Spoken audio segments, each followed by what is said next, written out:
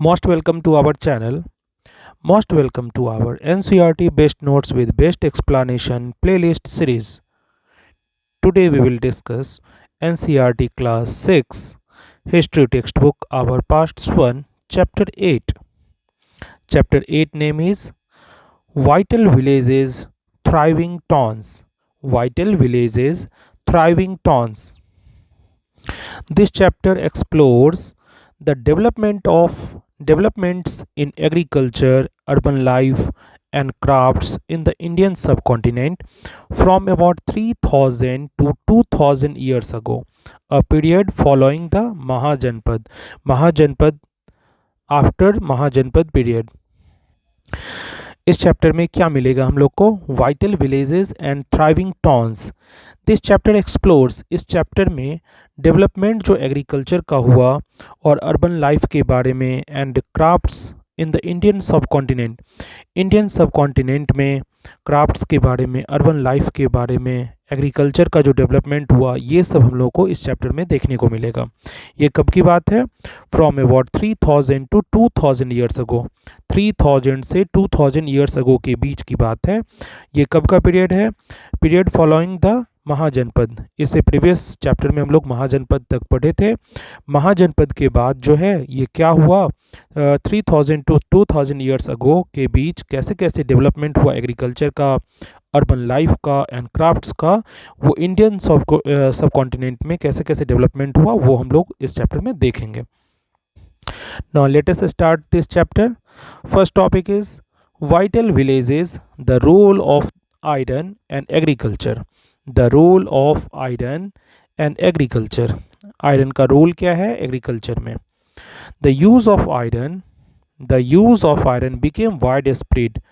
Iron का use widespread हो गया अराउंड 3000 ईयर्स अगो तक.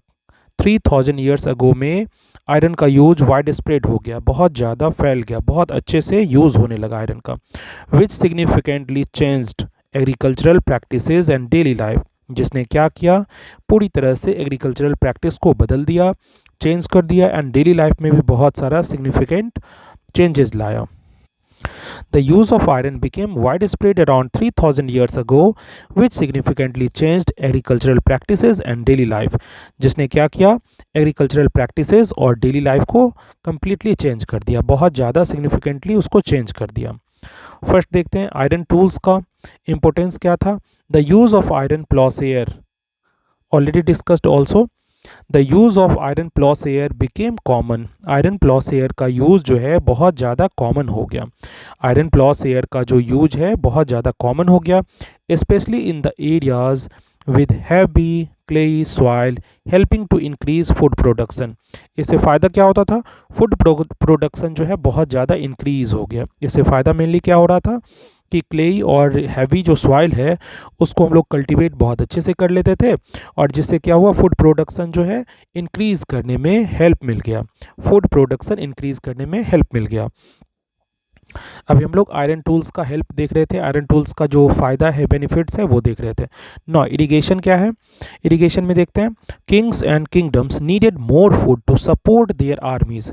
किंग और किंगडम को बहुत ज़्यादा फूड चाहिए था, क्या चीज़ के लिए, क्या चीज़ के सपोर्ट के लिए, देयर आर्मीज़, उनको अपने आर्मीज़ को सपोर्ट करने के लिए मोर फूड नीडेड हुआ. किंग और किंगडम जो नए नए बन रहे थे, जनपद और महाजनपद बहुत सारे बन रहे थे, तो किंग और किंगडम को needed more food to support their armies. अपने आर्मीज़ को मेंटेन करने के लिए, सपोर्ट करने के लिए बहुत ज़्यादा फूड की रिक्वायरमेंट हुई.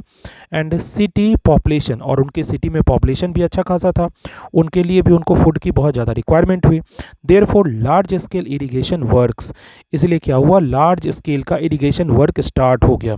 लार्ज स्केल पे इरिगेशन वर्क जो है, यानी सिंचाई की जो व्यवस्था है, सिंचाई के लिए जो कार्य है, वो किया जाने लगा.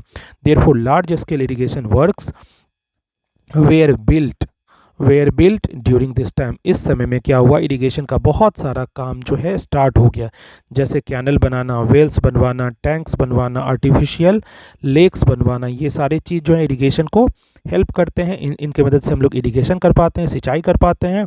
तो क्या हुआ, बहुत सारे कैनल्स, वेल्स, टैंक्स और आर्टिफिशियल लेक्स बनवाए जाने स्टार्ट हो गए। इस समय में बहुत ज़्यादा कैनल्स, वेल्स, टैंक्स और आर्टिफिशियल लेक्स बनने लगे। Labours for these works was usually provided by the people. और लेबर्स कहाँ से आते थे? जो वहाँ के लोग रहते थे किंग और किंगडम के, तो किंगडम के जो लोग होते थे वहीं के लोग जो है लेबर के रूप में वर्क करने लगे। तो अभी हम लोग इरिगेशन के बारे में पढ़ रहे थे। इरिगेशन में क्या पढ़े? किंग्स एंड किंगडम्स जो है needed more food to support their armies and cities population, therefore large scale irrigation works, canals, wells, tanks and artificial lakes were built during this time. Labor for these works was usually provided by the people. Now, social structure in villages. Social structure villages में कैसा था? जो हमारी social structure थी villages में वो कैसी थी देखते हैं। The structure of villages differed between the northern and southern parts of the subcontinent. हमारे इंडिया के सब कॉन्टिनेंट का जो नॉर्दर्न पार्ट है और सॉर्दर्न पार्ट है, नॉर्दर्न पार्ट और सॉर्दर्न पार्ट, ये दोनों का स्ट्रक्चर विलेजेस का डिफर्ड था, मतलब दोनों का अलग अलग था। नॉर्दर्न पार्ट और सॉर्दर्न पार्ट का जो विलेज है दोनों का अलग अलग जो है देखने को मिलता था। सब कॉन्टिनेंट में नॉर्दर्न पार्ट और सॉर्दर्न पार्ट के विलेजेस डिफरेंट रूप में देखे जाते थे। देखते हैं उसका डिफरेंस क्या था। Reason, land owners and labourers. तो रीजन हमारा जब साउथ के लिए हम लोग देखते हैं, पहले फर्स्ट हम लोग साउथ के बारे में देखते हैं। तो तमिल जो रीजन था, साउथ में जो हमारा तमिल रीजन है, वहाँ पे लैंड ऑनर्स क्या कहे जाते थे? वेललार्स। वेललार्स कहे जाते थे, जिनका पूरा नाम होता था लार्ज लैंड ऑनर्स। यानी लार्ज लैंड ऑनर्स को क्या कहते थे? वेललार्स। एंड लेबरर्स को क्या कहते थे? उजावर्स। ऑर्डिनरी प्लॉमैन, ऑर्डिनरी जो प्लॉमैन थे उनको उजावर कहते थे। और लैंड ऑनर्स जो थे उनको वेललार्स कहते थे, जिनका मतलब होता है लार्ज लैंड ऑनर्स। ये हम लोग कहाँ की बात कर रहे हैं? साउथ रीजन की, हमारे तमिल रीजन की। और हमारे नॉर्थ रीजन, नॉर्थ वाले पार्ट में जो था, सेकेंड जो हमारा पार्ट है नॉर्थ वाले पार्ट में, नॉर्दर्न इंडिया में लैंड ऑनर्स को क्या कहते थे? ग्राम भोजक कहा जाता था। एंड लैंड लेबरर्स को क्या कहते थे? गृहपतिज। साउथ वाले पार्ट में एक चीज़ हम लोग का ये मिस हो गया। उजावर तो ऑर्डिनरी प्लॉमैन को कहते थे, और आदिमई जो है वो लैंडलेस लेबरर्स एंड स्लेव्स को कहते थे। आदिमई किसको कहते थे? लैंडलेस लेबरर्स एंड स्लेव्स को कहा जाता था। यानी साउथ यानी तमिल रीजन में जो है लैंड ऑनर्स को क्या कहा जाता था? वेललार्स, जिसका मतलब होता था लार्ज लैंड ऑनर्स। और लेबरर्स में उजावर कहते थे ऑर्डिनरी प्लॉमैन को, और आदिमई कहते थे लैंडलेस लेबरर्स एंड स्लेव्स को। ना आप देखते हैं नॉर्थ वाला जो पार्ट था हमारा नॉर्थ इंडिया में, तो ग्राम भोजक कहते थे किनको? The village headman. विलेज के हेडमैन को क्या कहा जाता था? ग्राम भोजक कहते थे विलेज हेडमैन को। और he was often the largest land owners. वो अक्सर क्या होता था? लार्जेस्ट लैंड ऑनर होता था, सबसे बड़ा लैंड ऑनर वही होता था। Had the authority to collect taxes. उन्हीं को अथॉरिटी होती थी कलेक्ट टैक्स करने का, टैक्स को कलेक्ट वही करते थे। And sometimes function as a जज एंड पुलिसमैन। कभी कभी तो वो जज के जैसा फंक्शन करते थे और पुलिसमैन के जैसा भी फंक्शन वही किया करते थे। यानी ग्राम भोजक जो थे वो विलेज के हेडमैन होते थे। He was often the largest land owners. वो अक्सर क्या होते थे? लार्जेस्ट लैंड ऑनर्स होते थे, और उन्हीं को अथॉरिटी होती थी टैक्स भी कलेक्ट करने का। कभी कभी तो वो जज बन जाते, कभी कभी तो वो पुलिसमैन बन जाते, यानी बहुत सारा अधिकार उनके पास था। अब गृहपति देखते हैं। तो लैंड लेबरर्स में जो नॉर्थ इंडिया का हम लोग पार्ट देख रहे हैं, नॉर्थ इंडिया वाले रीजन में लेबरर्स को क्या कहते थे? गृहपतिज कहा जाता था लेबरर्स को। लेबरर्स में गृहपतिज किसको कहते थे? इंडिपेंडेंट स्मॉल फार्मर्स को। गृहपतिज किसको कहा जाता था? इंडिपेंडेंट जो है स्मॉल फार्मर्स, उनको गृहपति कहते थे। और दास कमकाराज किनको कहते थे? लैंडलेस लेबरर्स को। लैंडलेस लेबरर्स को क्या कहा जाता था? दास कमकाराज ये कहते थे लैंडलेस लेबरर्स को। यानी नॉर्थ इंडिया में ग्राम भोजक कहते थे विलेज हेडमैन को, और गृहपति कहते थे लैंड लेबरर्स को। यानी दास कमकारा कहते थे लैंडलेस लेबरर्स को, और गृहपति किसको कहते थे? इंडिपेंडेंट स्मॉल फार्मर्स को। ये अलग अलग डिवीजन था, यानी साउथ इंडिया में अलग और नॉर्थ इंडिया में अलग। Now let us move further. देखते हैं आगे क्या है। Thriving towns. Now next topic is our thriving towns, urbanization and trade, Many new cities developed around 25 years ago. बहुत सारे नए नए सिटीज़ जो है ना डेवलप्ड हुए कब 2500 ईयर्स अगो 2500 साल पहले जो है नए नए सिटीज़ बहुत सारे डेवलप्ड हुए 2500 ईयर्स अगो में बहुत सारे सिटीज़ डेवलप्ड हुए. They often served as capitals, वे अक्सर कैसा सर्व करते थे, कैपिटल जैसा बन के वो सर्व करते थे. They often served as capitals, religious centres, कुछ तो कैपिटल्स बन गए, कुछ रिलीजियस सेंटर बन गए, और इम्पोर्टेंट ट्रेडिंग हब्स, कुछ तो ट्रेडिंग हब्स बन गए. यानी they often served as capitals, कुछ कैपिटल बन गए, कुछ रिलीजियस सेंटर्स बन गए, और कुछ जो है इम्पोर्टेंट ट्रेडिंग हब्स बन गए. नौ इसमें नेक्स्ट देखते हैं हम लोग जातकाज क्या होता था. These where stories composed by ordinary people, preserved by Buddhist monks, and give us a glimpse into the lives of the people including the poor and the rich. जातकाज क्या होता है, तो दीज वेयर स्टोरीज, ये stories होता है जो composed कौन करते थे, ऑर्डिनरी पीपल द्वारा कंपोज्ड होता. दीज वेयर स्टोरीज, जातकाज क्या होते थे, दीज वेयर स्टोरीज, ये कहानियाँ होती है, कंपोज कौन करेगा, ऑर्डिनरी पीपल इसको कंपोज करेंगे, प्रिजर्व्ड बाय बुद्धिस्ट मॉन्क, और इनको प्रिजर्व कौन किया था, तो बुद्धिस्ट मॉन्क द्वारा ये प्रिजर्वेशन इसका हुआ था, यानी बुद्धिस्ट मॉन्क इसको बचा के रखे थे. And give us a glimpse, और हमें इससे फ़ायदा क्या होता है, ये जातकाज जो है इससे हमें क्या देखने को मिलता है, तो give us a glimpse into the lives of people, हम लोग को लोगों के बारे में जानकारी मिलती है, उनकी ज़िंदगी कैसी थी उस समय, लोगों का अर्बनाइजेशन वाला लाइफ कैसा था, including the poor and rich, poor लोग कैसे थे और रिच लोग कैसे थे, डिफरेंस उनमें कैसा था, ये सारी बातों का पता चलता है. यानी अर्बनाइजेशन और ट्रेड के बारे में बहुत सारी जानकारी मिलती है. यानी जातकाज स्टोरी है जो कंपोज्ड ऑर्डिनरी पीपल किए थे, और जिनका प्रिजर्वेशन किनके द्वारा हुआ, तो बुद्धिस्ट मॉन्क के द्वारा हुआ. और ये देता क्या है हमें, तो गिव अस अ ग्लिम्स, एक ग्लिम्स देता है, एक झलक देता है, into the lives of people, यानी लोगों की ज़िंदगी के बारे में एक झलक देता है, ग्लिम्स देता है, जो पुअर लोग कैसे थे, रिच लोग कैसे थे, अर्बनाइजेशन कैसा होता था उस समय का, अर्बनाइजेशन कैसे हुआ था, और ट्रेड्स कैसा था. 9 फोर्टिफिकेशन के बारे में देखते हैं. नेक्स्ट हमारा जो टॉपिक है वो है fortification. Many cities such as Mathura were heavily fortified and has had large walls. बहुत सारे सिटीज़ में फोर्टिफिकेशन हो चुका था, जैसे कि मथुरा भी एक इम्पोर्टेंट सिटीज़ उस समय का माना जाता है, और वहाँ भी फोर्टिफिकेशन था. हैवीली फोर्टिफाइड ये सब सारे सिटीज़ में हो गए थे, बहुत सारे सिटीज़ में फोर्टिफिकेशन हुआ था. ऑलरेडी हम लोग इसके बारे में प्रीवियस जो चैप्टर्स है उसके बारे में पढ़े थे, फोर्टिफिकेशन क्यों होता था, फोर्टिफिकेशन के कारण बहुत सारा चेंजिंग हुआ, किंग्स डिपेंडेंट किस चीज़ पे होने लगे, और बहुत सारे चीज़ प्रीवियस चैप्टर्स में हम लोग फोर्टिफिकेशन के बारे में देखे हैं, ऑलरेडी डिस्कस कर चुके हैं. Many cities such as Mathura, जैसे सिटीज़ में क्या हुआ कि हैवीली फोर्टिफाइड कर दिया गया, एंड हैड लार्ज वॉल्स, उनमें बहुत सारे लंबे लंबे लार्ज वॉल्स बना दिए गए. नो नेक्स्ट जो हमारा टॉपिक है वो है sources of information about towns. Sources of information about towns, यानी टॉन्स के बारे में जो है सोर्सेज, जानकारी, इंफॉर्मेशन कहाँ से मिलती है.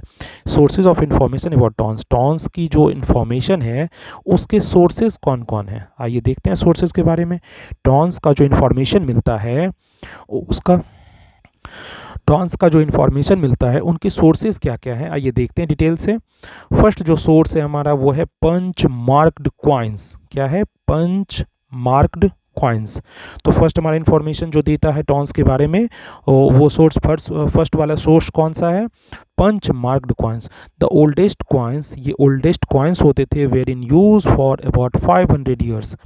ये ओल्डेस्ट कॉइन होते थे जो कब यूज होते थे, 500 ईयर्स एगो, पहले होते थे. They were called punch marked coins, इनको पंच मार्क्ड कॉइन कहा जाता था. क्यों पंच मार्क्ड कॉइन कहते थे, because designs were punched onto metal, silver और कॉपर. क्योंकि डिज़ाइन जो है इसका कैसे बनाया जाता था, पंच करके बनाया जाता था मेटल पे, इसीलिए इनका नाम पंच मार्क्ड कॉइन्स, इसीलिए इनका नाम क्या रखा गया, पंच मार्क्ड कॉइन्स रखा गया। यानी पंच मार्क्ड कॉइन के बारे में पढ़ रहे थे। ये ओल्डेस्ट कॉइन होता है, were in use about 500 years, 500 साल तक ये लगभग यूज़ हुआ। They were called punch marked coin, ये पंच मार्क्ड कॉइन क्यों कहते थे इसको, तो डिज़ाइंस जो इन पे बनाए जाते हैं ना, वो पंच्ड करके यानी मेटल से पंच करके बनाए जाते थे, यानी सिल्वर और कॉपर का यूज़ किया जाता था। दीज कॉइन्स इंडिकेट करते हैं the existence of extensive trade and the use of money. ये जो कॉइन्स हैं इंडिकेट क्या कर रहे हैं, एग्जिस्टेंस उस समय था, इंडिकेट यही कर रहे हैं कि उस समय एग्जिस्टेंस था एक्सटेंसिव ट्रेड का, यानी बहुत ज़्यादा ट्रेड होता था और यूज़ ऑफ मनी भी बहुत ज़्यादा होती थी, इसका ये इंडिकेशन देते हैं। ये कॉइन्स ना इसी चीज़ का इंडिकेशन देते हैं कि उस समय एग्जिस्टेंस था क्या चीज़ का, एक्सटेंसिव ट्रेड होता था और यूज़ ऑफ मनी भी बहुत ज़्यादा होता था। नाउ सेकंड सोर्स के बारे में देखते हैं जिससे हमें जानकारी मिलेगी टॉन्स के इंफॉर्मेशन के बारे में।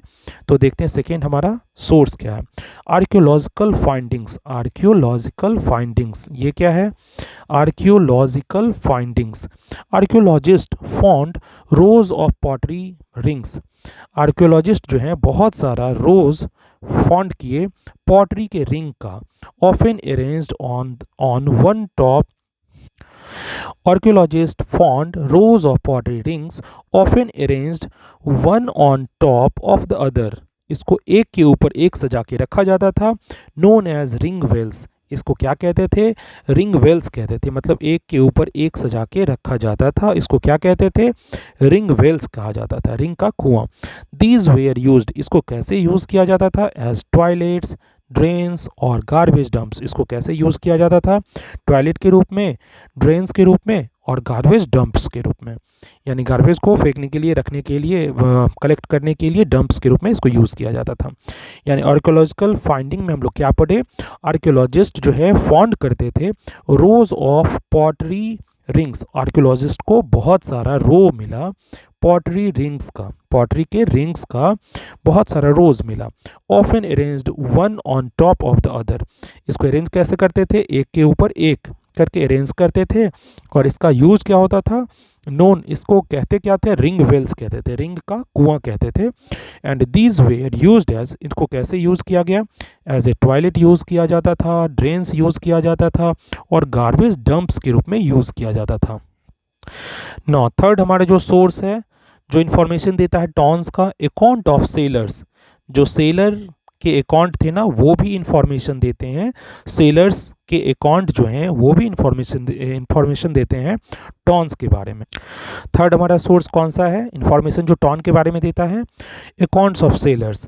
अकाउंट्स लिफ्ट बाय सेलर, जो अकाउंट लिफ्ट कर दिया गया किनके द्वारा, सेलर्स के द्वारा।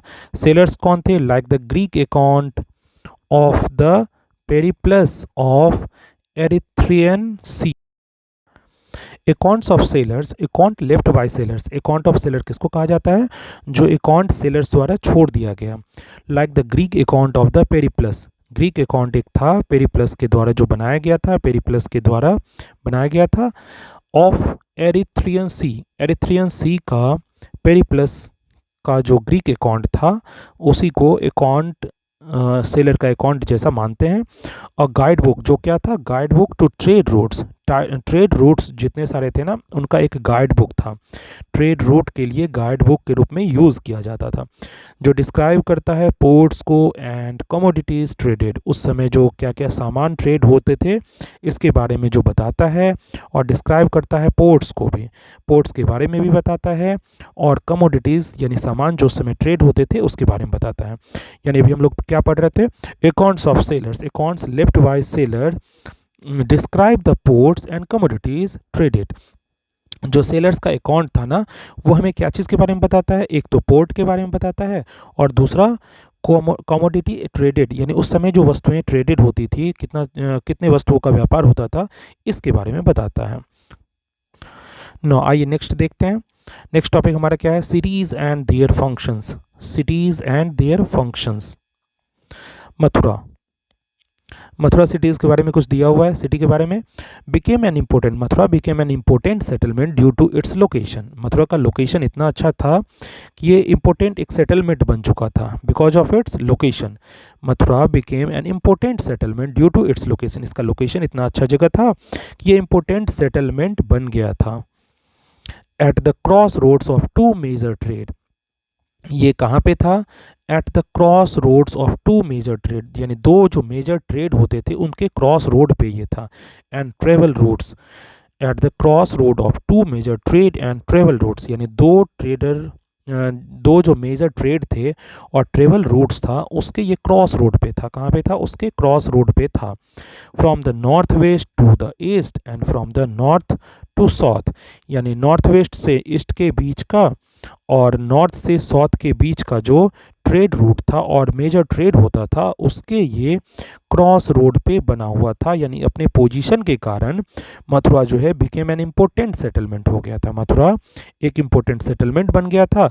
क्यों? क्योंकि ये क्रॉस रोड पे था। जस्ट लाइक दिस कि क्रॉस रोड यानी चौराहा के बीचों बीच कोई है तो उसको सब जगह से इम्पोर्टेंट लोकेशन माना जाएगा, सब तरफ से इम्पोर्टेंट लोकेशन माना जाएगा। तो ये मथुरा का पोजीशन कुछ ऐसा था कि मेजर जो ट्रेड है और ट्रेवल रूट्स जो है उसके ये क्रॉस रोड पे था। कौन कौन सा मेजर ट्रेड रूट था? नॉर्थ वेस्ट टू ईस्ट वाला और नॉर्थ टू साउथ वाला। ना इसको डिटेल से देखते हैं। It was a fortified city, Mathura कैसा सिटी था? एक फोर्टिफाइड सिटी था।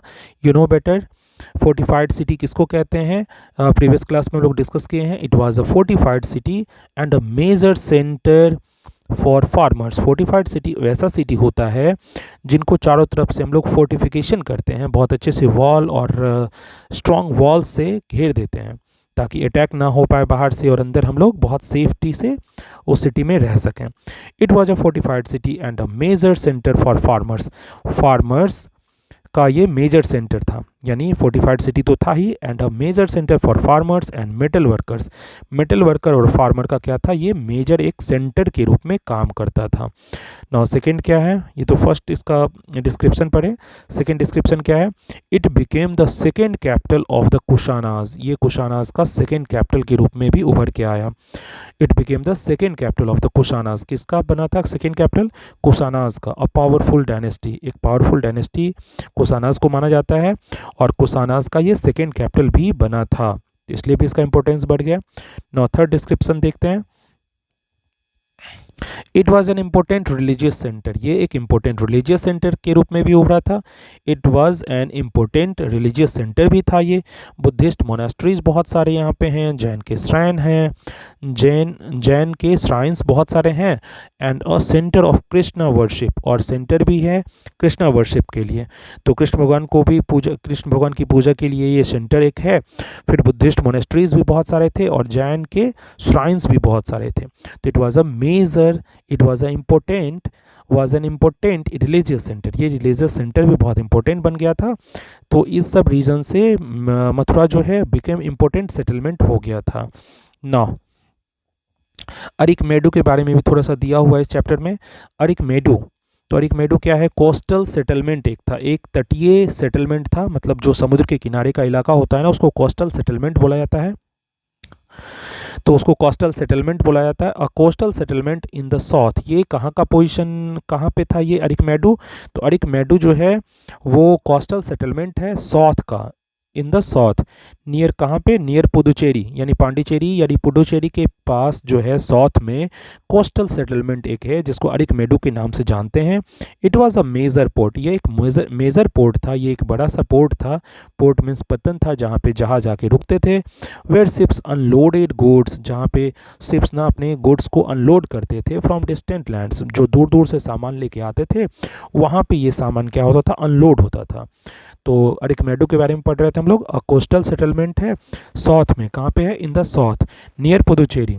And it was a major port, ये एक बहुत बड़ा पोर्ट माना जाता था, उस समय का बहुत बड़ा पोर्ट था। एंड वेयर शिप्स अनलोडेड, जहाँ पे शिप अनलोड करते थे अपने सामानों को फ्रॉम डिस्टेंट लैंड्स, जो बहुत दूरों से लेके आते थे उसको। Now our next topic is crafts and traders. Crafts and traders, crafts and craftsman. crafts and craftsperson। देखते हैं आर्कियोलॉजिकल एविडेंस। आर्कियोलॉजिकल एविडेंस इनका क्या है, कैसे इनके बारे में जानकारी मिलती है।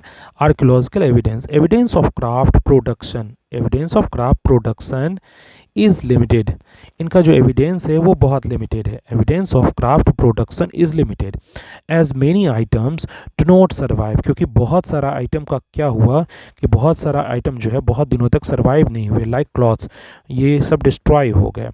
यानी एविडेंस ऑफ क्राफ्ट प्रोडक्शन जो है वो लिमिटेड है, बहुत कम इसका एविडेंस मिल पाया। क्यों? क्योंकि as many items do not survive, बहुत सारे आइटम जो हैं बर्बाद हो गए, डिस्ट्रॉय हो गए, वो बहुत दिनों तक सर्वाइव नहीं कर पाए। हाउएवर फ्रैगमेंट्स ऑफ क्लॉथ्स, लेकिन फिर भी fragments of cloth, spinning and weaving tools have been found, फिर भी टुकड़े जो हैं, फ्रैगमेंट्स मतलब टुकड़ा होता है, क्लॉथ्स के टुकड़े, स्पिनिंग्स और वेविंग्स टूल्स, ये सब ना, इस सब के टुकड़े जो हैं अभी भी मिलते हैं जो फाउंड होते हैं। यानी ऐसे तो एविडेंस इनका नहीं मिलता है, लिमिटेड है, लेकिन फिर भी फ्रैगमेंट्स ऑफ क्लॉथ्स यानी क्लॉथ्स के टुकड़े, स्पिनिंग के टुकड़े और वीविंग टूल्स के टुकड़े जो हैं, फ्रैगमेंट्स जो है वो पाए जाते हैं, पाए गए ना। इसके बाद क्या है, पॉटरी। पॉटरी में हम लोग को पढ़ना क्या है, we find evidence of the unique northern black polished ware, यानी NBPW, एक्सट्रीमली इंपॉर्टेंट। NBPW है क्या, northern black polished ware, northern black polished ware, NBPW। Pottery में क्या, कैसा हम लोग को एविडेंस मिला, वी फाइंड एविडेंस, हम लोगों को एविडेंस मिला है ऑफ द यूनिक, बहुत यूनिक ये पॉटरी है, northern black polished ware, NBPW। अब फाइन पॉटरी है, फाइन पॉटरी का बहुत अच्छा एग्जांपल है, ये बहुत अच्छा फाइन पॉटरी होता है with a glossy black surface, इसका जो सरफेस है वो बहुत ग्लॉजी यानी बहुत चमकता है, ब्लैक कलर का होता है, and used by rich people, ये रिच पीपल यूज़ करते थे। ये ध्यान रखना है, ये रिच पीपल द्वारा यूज़ होता था, एक्सट्रीमली इंपॉर्टेंट, ये रिच पीपल द्वारा यूज़ होता था फॉर स्पेशल ओकेजन, और वो भी बहुत स्पेशल ओकेजन के लिए। यानी पॉटरी में एविडेंस हम लोग को क्या मिला, we find evidences on the unique northern black polished ware NBPW। A fine pottery, जो कैसा पॉटरी है, एक फाइन पॉटरी माना जाता है। क्यों? क्योंकि इसका जो ग्लॉसी ब्लैक सरफेस होता है ना, बहुत ज़्यादा शाइन करता है, ग्लॉसी जैसा चमक देता है, यूज्ड बाय रिच पीपल, जो रिच पीपल यूज़ करते थे, एंड क्या चीज़ के लिए यूज़ करते थे, स्पेशल ओकेजन में, हमेशा यूज़ नहीं करते थे, स्पेशल ओकेजन पे ये यूज़ करते थे ना। नेक्स्ट क्या है, मैन्युफैक्चरिंग। मैन्युफैक्चरिंग सेंटर्स उस समय कौन कौन सा था, कहाँ कहाँ था, देखते हैं। मैन्युफैक्चरिंग सेंटर्स में देखते हैं, वाराणसी यानी काशी इन द नॉर्थ में जो काशी है, and Madurai in the south, north में काशी यानी वाराणसी, और साउथ में कौन सा था, मदुरई, साउथ में Madurai, where famous centre for textiles. ये ध्यान रखना, ये क्या चीज़ के सेंटर थे, फेमस टेक्सटाइल्स के सेंटर थे। यानी मैन्युफैक्चरिंग सेंटर में हमको क्या देखना था, नॉर्थ में जो है वाराणसी काशी को, और साउथ में जो है मदुरई को बहुत फेमस सेंटर टेक्सटाइल्स के लिए माना जाता था उस समय ना। इसके बाद जो टॉपिक है हम लोग का वो है गिल्ड्स के बारे में देखना है, श्रेणीज, गिल्ड्स क्या होता है, श्रेणीज क्या होते हैं, extremely important topic, extremely important है। गिल्ड्स क्या होते हैं, श्रेणीज क्या होता है। Crafts person and merchant organised themselves into association, जिसको श्रेणी कहते हैं। क्राफ्ट्स पर्सन जो हैं और मर्चेंट्स जो हैं अपने आप को ऑर्गेनाइज्ड करते हैं, एसोसिएशन बनाते हैं अपना, और उसे ही श्रेणीज कहा जाता है। यानी क्राफ्ट्स पर्सन एंड मर्चेंट जो है ऑर्गेनाइज्ड देमसेल्फ, अपने आप को वो ऑर्गेनाइज्ड करते थे जो एसोसिएशन में, इसी एसोसिएशन को श्रेणीज कहते थे। यानी एसोसिएशन क्या चीज़ का होगा, तो क्राफ्ट्स पर्सन और मर्चेंट का अपने में ही जो वो ऑर्गेनाइज्ड करते थे, एक एसोसिएशन बनाते थे, उसको श्रेणीज कहा जाता था ना। Craft श्रेणीज provided training, procured raw materials and distributed the finished product।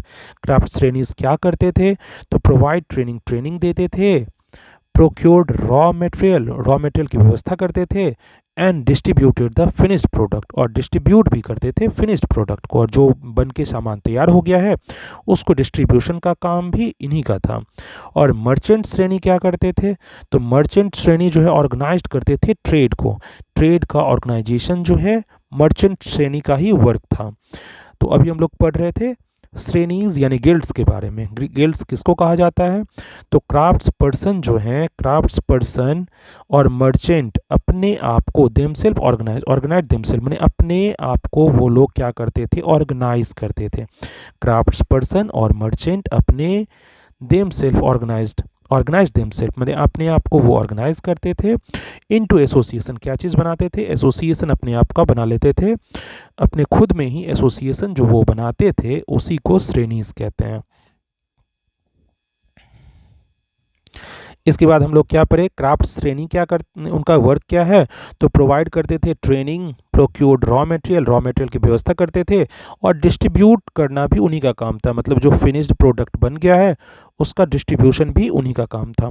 और मर्चेंट श्रेणी का क्या काम था, तो मर्चेंट श्रेणीज जो थे वो ऑर्गेनाइज करते थे ट्रेड को, ट्रेड की जो ऑर्गेनाइजेशन है उन्हीं का काम था। Now last point is the banking. Last point is the banking. श्रेणीज ऑल्सो सर्व्ड एज बैंक्स। श्रेणीज जो है ना सर्व करते थे एज बैंक्स की तरह भी। श्रेणीज जो हैं बैंक के रूप में भी सर्विस देते थे, सर्व करते थे। वे रिच मैन, जहाँ पे धनी लोग जो हैं और वुमेन जो हैं डिपॉजिटेड मनी, आके डिपॉजिट करते थे money. This money was invested, इस मनी को इन्वेस्ट किया जाता था। And part of the interest was return to the depositors, और जो डिपॉजिटर होते थे उनको इसका जो इंटरेस्ट है वो उनको रिटर्न कर दिया जाता था। यानी बैंकिंग कैसे होता था उस समय, तो श्रेणीज का एक और काम था, श्रेणीज also served as banks. श्रेणीज bank की तरह भी काम करते थे, जिसमें क्या होता था, रिच मैन एंड वुमेन जो है डिपॉजिट करते थे मनी, पैसे जमा करते थे आके, और मनी जो है वही वाला मनी जो जमा हुआ है वो इन्वेस्टेड हो जाता था, उनका इन्वेस्टमेंट हो जाता था उस मनी का। And part of the interest, जिसका उसका जो इंटरेस्ट आता था was return to the depositor, जो जमा किए हैं पैसा उसको वो वापस कर देते थे। इस तरह से वे एक बैंक का भी काम करते थे, स्टॉक मार्केट का भी काम करते थे। तो these are the all topics of this chapter. A lot of thanks for listening, watching, liking, subscribing. Again and again thanks. We will meet in next chapter.